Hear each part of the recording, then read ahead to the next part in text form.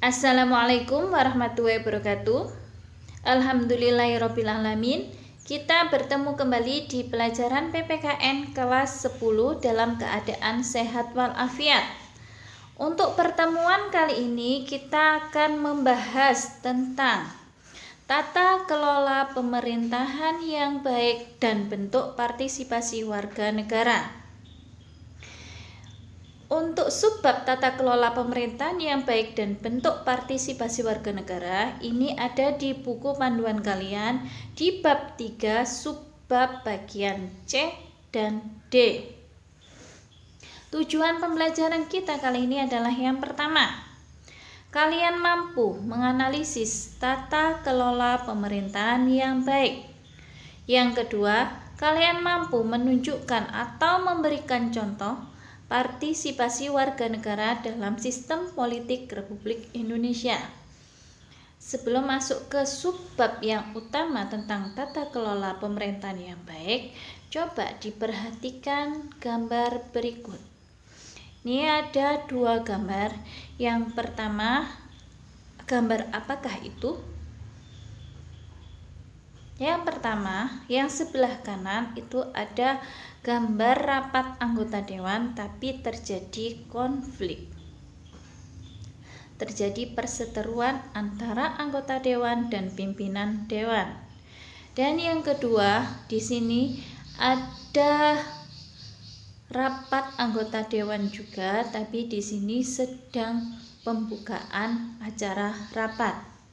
Tata kelola pemerintahan yang baik itu merupakan suatu konsep yang akhir-akhir ini banyak dibahas dalam ilmu politik dan administrasi publik, terutama yang hubungannya dengan demokrasi, hubungannya sama masyarakat sipil, sama partisipasi rakyat, sama hak asasi manusia dan pembangunan masyarakat secara berkelanjutan. Kalau tata kelola pemerintahan yang baik itu dijalankan dengan baik, maka kehidupan demokrasi, kehidupan rakyat, kehidupan tentang hak asasi manusia akan berjalan baik pula. Tata kelola pemerintahan yang baik itu ada 3 unsur pokok yang bersifat sinergis. Sinergis di sini saling berhubungan. Yang pertama, ada unsur pemerintah yang dipercaya menangani administrasi negara pada suatu periode tertentu. Unsur pemerintah di sini mulai dari pemerintahan eksekutif, legislatif, sama yudikatif. Tapi yang hubungannya secara langsung itu biasanya unsur eksekutif, legislatif. Mereka kan dipilih lewat pemilu. Periodenya tertentukan hanya 5 tahun. Setelah itu mereka bisa mencalonkan diri kembali. Yang kedua, unsur swasta atau wirausaha yang bergerak dalam pelayanan publik. Dan yang ketiga, unsur warga masyarakat. Di sini stakeholder yang pemegang kepentingan. Unsur 1, 2, 3 dalam masyarakat, swasta sama warga masyarakat ini harus saling berhubungan. Tidak boleh berdiri sendiri karena ketiga-tiganya ini merupakan unsur utama dalam pemerintahan yang baik. Untuk mengelola suatu pemerintahan, ketiga-tiganya harus bersinergis. Harus ada kesepakatan, harus ada kerjasama yang baik antara 3 unsur ini. Tidak boleh berdiri sendiri. Pemerintah itu kan dipilih oleh rakyat, dipilih oleh masyarakat, dipilih oleh pihak swasta.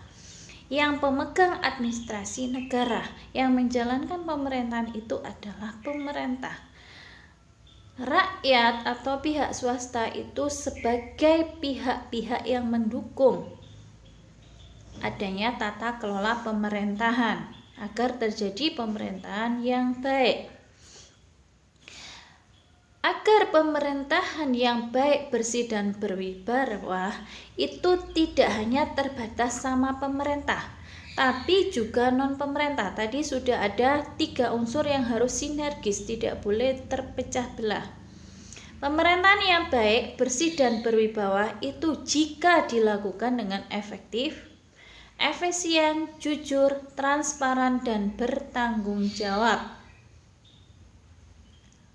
Melaporkan segala kebijakan itu tidak boleh ditutup-tutupi, tapi harus transparan ke publik. Harus dilakukan secara bertanggung jawab. Partisipasi, sekarang kita masuk di subbab selanjutnya. Ada partisipasi warga negara dalam sistem politik di Indonesia. Partisipasi itu adalah ikut serta, terlibat warga negara dalam sistem politik yang ada di suatu negara itu. Yang kita bahas kali ini adalah partisipasi warga negara dalam sistem politik di Indonesia. Peran serta atau ikut sertanya dalam sistem politik itu sering disebut dengan partisipasi politik. Partisipasi politik itu secara umum berarti keterlibatan seorang atau sekelompok orang dalam suatu kegiatan politik yang bertujuan untuk mempengaruhi seleksi pejabat-pejabat negara dan atau tindakan-tindakan yang diambil oleh mereka. Ini contoh dari partisipasi politik. Ada gambar-gambar pemilu. Ini merupakan contoh dari partisipasi politik yang dilakukan seorang atau sekelompok orang dalam suatu kegiatan politik. Partisipasi, contoh sekarang ada partisipasi di lingkungan sekolah. Kalian sebagai siswa sering melakukan partisipasi, ikut serta. Contoh kecilnya, misalnya ada pemilihan ketua OSIS. Yang kedua, ada pemilihan ketua kelas. Ini maaf ya, bukan ketua murid, tapi ketua kelas. Dan yang ketiga, contohnya bersosialisasi dengan guru dan murid. Belajar antara guru dan murid. Kalau contoh partisipasi dalam keluarga apa?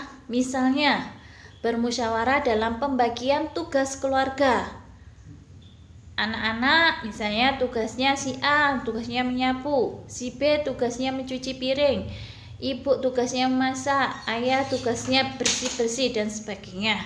Yang kedua, bersosialisasi dengan sesama anggota keluarga. Yang ketiga, mengerjakan tugas dengan penuh tanggung jawab. Dan selanjutnya yang terakhir ada partisipasi di lingkungan masyarakat. Contohnya misalnya mengikuti pemilihan umum. Pemilihan umum ini di Indonesia itu kan ada pemilihan presiden dan wakil presiden, pemilihan DPR, pemilihan kepala daerah. Yang kedua, bergotong royong atau kerja bakti. Yang ketiga, bela negara. Bela negara ini sekarang tidak ada perang. Jadi bela negaranya masuk dalam mematuhi aturan negara yang berlaku.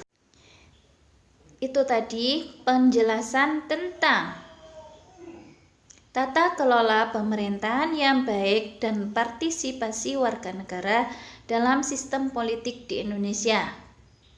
Kita sudah ikut berpartisipasi, tapi kalian yang belum usia 17 tahun belum ikut pemilihan umum. Kalian sudah ikut bergotong royong, kalian sudah mempraktekkan di sekolah, kalian sudah mempraktekkan di rumah.